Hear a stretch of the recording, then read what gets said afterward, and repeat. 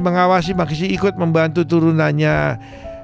Jadi kalau memang mau simpan abu boleh, tapi doakan, urapi dengan minyak sehingga roh-roh jahat kuasa gelap yang tadinya bersama dengan almarhum atau almarhumah tidak ikut di situ.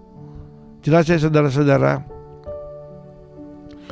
Kemudian selain benda-benda yang kita bilang tadi kuno, ada lagi seperti benda-benda modern seperti video porno, buku-buku porno, buku-buku komik yang berisikan hal-hal jahat.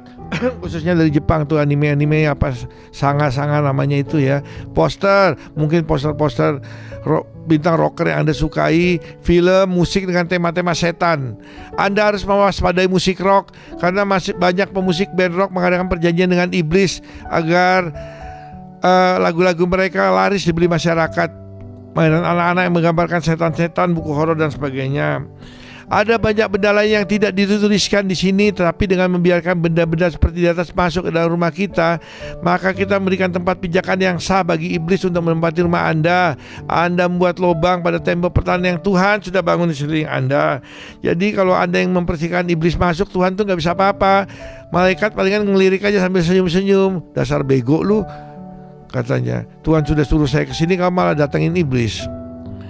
Untuk mengetahui benda-benda apa saja yang harus dimusnahkan atau dibuang atau dibakar, kita memerlukan bantuan Roh Kudus. Yang jadi masalah banyak keluarga Kristen yang saat ini boro-boro kenal Roh Kudus, tahu Roh Kudus itu apa, tidak tahu, mungkin dipikir seperti makanan di McD. Jadi saudara-saudara, dalam khotbah-khotbah saya sebelumnya saya sudah mengatakan ada yang namanya Tuhan Roh Kudus. Dia bersama kita, menyertai kita. Dia membuat kita dapat mengucapkan Yesus Kristus adalah anak Allah dan anak manusia. Dia yang menemani kita di bumi. Ingat, Roh Kudus bukan Yesus, Roh Kudus bukan Bapa. Yang namanya Tuhan Yesus itu sudah duduk di tata Allah Bapa. Baca Alkitabnya. Tapi kalau kadang-kadang Tuhan Yesus datang ketemu orang, jangan salahkan juga, namanya juga bosan mungkin di sorga. Ya saudara-saudara ya. Tapi yang namanya kita namanya Roh Kudus. Baca, cari tentang Roh Kudus banyak di Google, banyak di YouTube. Anda googling sendiri. Apabila Anda atau keluarga Anda mengalami gangguan di rumah Anda, maka Anda dapat berdoa minta kepada Tuhan untuk menunjukkan benda-benda atau hal apa yang mengakibatkan gangguan tersebut.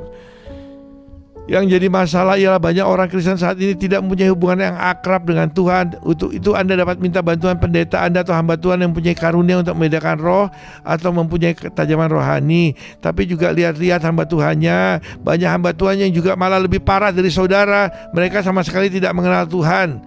Mereka hanya kenal Tuhan dari Alkitab.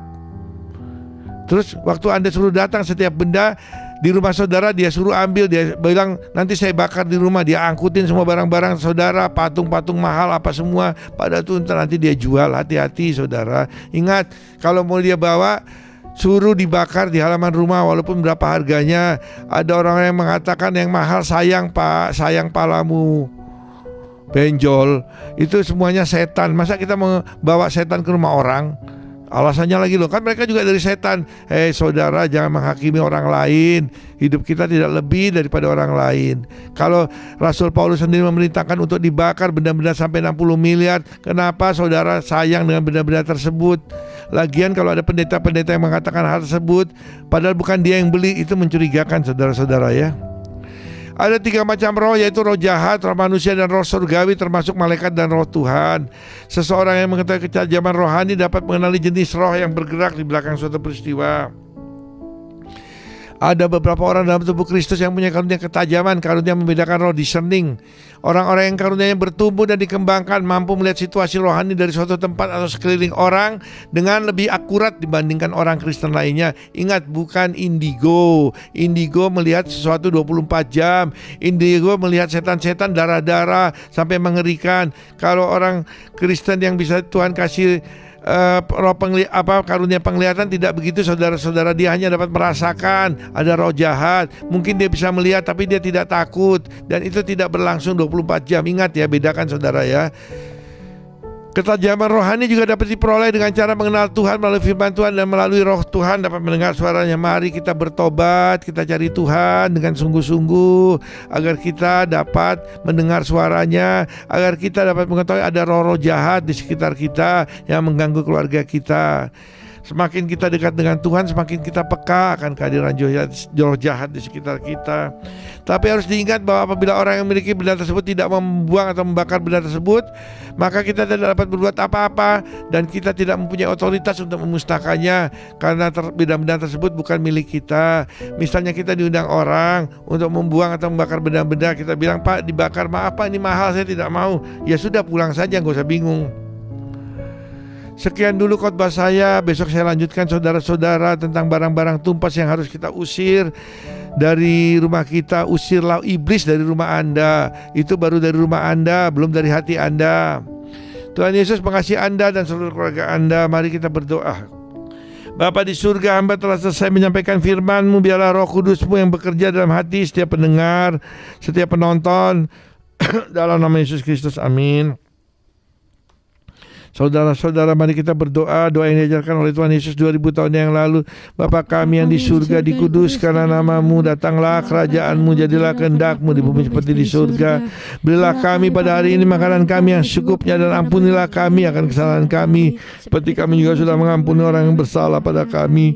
Dan lepaskanlah kami daripada yang jahat, karena Engkau yang punya kerajaan dan kuasa dan kemuliaan sampai selama-lamanya. Saudara-saudara yang Kristus kasih, terimalah segala berkat yang saudara perlukan langsung dari segala pemberi berkat, yaitu Bapa di surga. Angkatlah kedua tanganmu dan arahkanlah hatimu kepada Bapa di surga. Bapa, dengarlah doa mereka, permintaan mereka. Tuhan berkati engkau dan melindungi engkau. Tuhan menyinari engkau dengan wajahnya dan beri engkau kasih karunia. Tuhan menghadapkan wajahnya kepada menolong engkau, damai sejahteranya. Amin, amin, amin. Terima kasih saudara mau menonton video ini. Semoga saudara juga membuang benda-benda tumpas di dalam rumah saudara. Tuhan Yesus mengasihi Anda dan seluruh keluarga Anda. Mari kita bernyanyi Bapa berterima kasih. Bapa terima kasih, Bapa terima kasih, Bapa di dalam surga, ku berterima kasih. Amin.